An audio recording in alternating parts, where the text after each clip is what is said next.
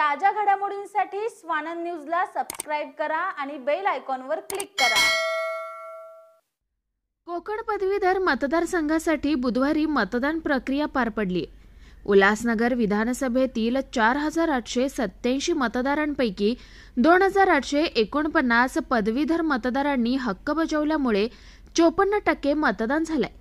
कोकण पदवीधर मतदारसंघाच्या निवडणुकीसाठी बुधवारी सकाळी 7 वाजेपासून न्यू एरा शाळा या केंद्रावर मतदानास सुरुवात झाली।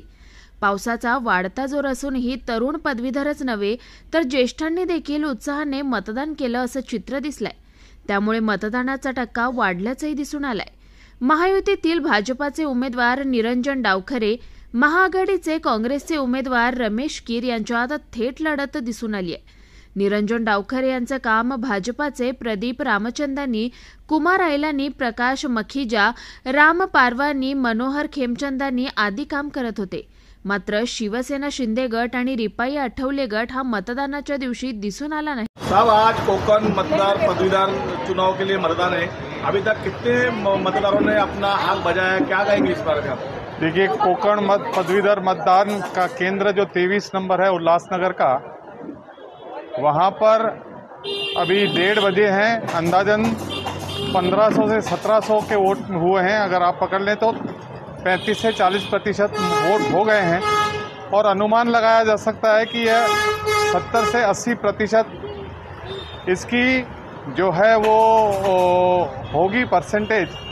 और मतदाताओं में बहुत उत्साह है और मुझे पूरी तरह से विश्वास है कि यह पदवीधर कोकण मतदान की जो सीट है वह निरंजन डावखरे भारी बहुमतों से तीसरी बार इस स्थानक पदवीधर का प्रतिनिधित्व करेंगे।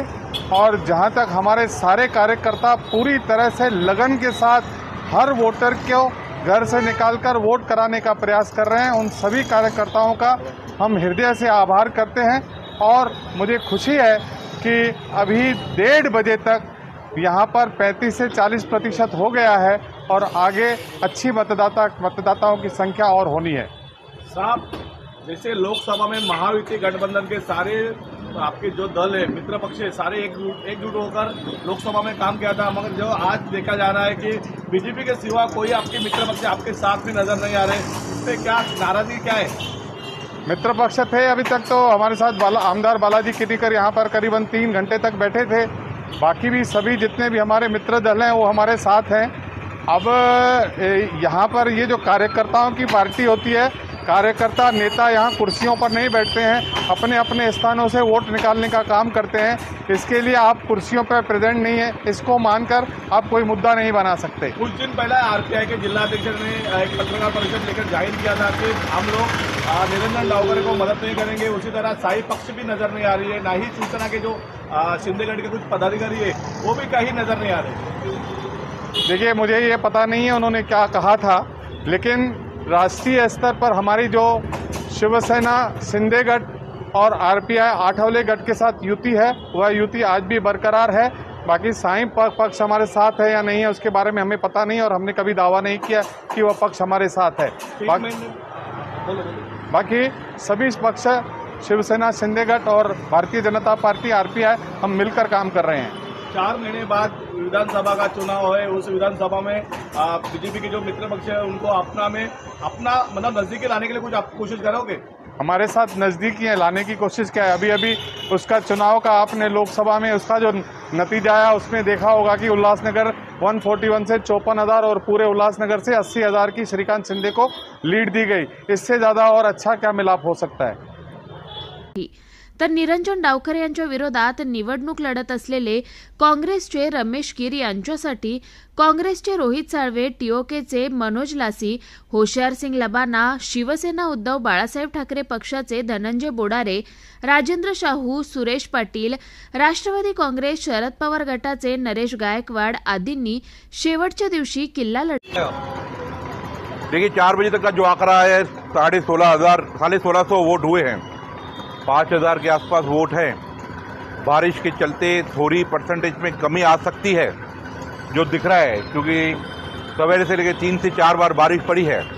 पर मतदाताओं के मन में, जो शिक्षित मतदार है उनके मन का रुझान जो दिखाई दे रहा है, भले वो आते भारतीय जनता पार्टी की गाड़ियों में हो या कल से लेके जो धन की वर्षा उल्लासनगर में शिक्षित मतदाताओं को लुभाने के लिए की गई है, किसी को 4,000 रुपया प्रति वोट, किसी को 5,000 रुपया, किसी को 7,000 रुपया, किसके घर पे मिक्सर, किसके घर में डिनर सेट, किसको मोबाइल, ये सब कल से लेके धन बल का जो यहाँ पर पूरा तंत्र चल रहा है, ये वही हो गया कि सत्ता से पैसा, पैसे से सत्ता।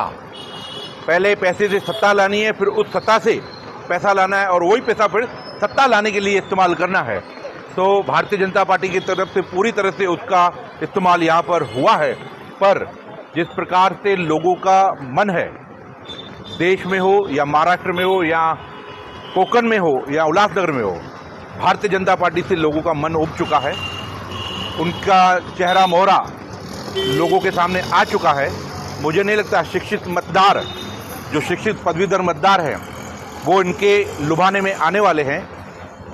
यहाँ पर पूरी तरह से जो मेजॉरिटी मिलेगी, जो लीड मिलेगी, वो महाविकास आघाड़ी के रमेश कीर जी को मिलेगी। मैंने बताया ना, 3,000 वोट, 5,000 रुपया vote, mixer grinder, mobile phone, dinner set, teachers लोगों के घर में डिनर सेट भेजे गए हैं, पैसों के एनवेलप बनकर आए हैं अलग अलग। उनके कार्यकर्ता घर घर जाके पिछले 3 से माजी नगर से जो भी है पदाधिकारी है, आमदार कार्यालय से पैसे वाटप हुए हैं, तो बहुत सारे उसके पुरावे भी आए हैं। पर हम मतदाता को बदनाम नहीं करना चाहते। शिक्षित मतदार है, पढ़ा लिखा मतदार है, वो अपने कॉन्शियस से, अपने विवेक से, और आज देश, महाराष्ट्र और कोकण और उल्लासनगर में जो भाजपा के विरोध का माहौल चल रहा है, उसको देख के उन्होंने मत किया होगा। 100% नहीं तो यहाँ पर लीड जो उल्लासनगर, कल्याण, अंबरनाथ आसपास के क्षेत्र में जो दिख रही है, वो महाविकास आघाड़ी के उम्मीदवार रमेश कीर जी को दिख रही है।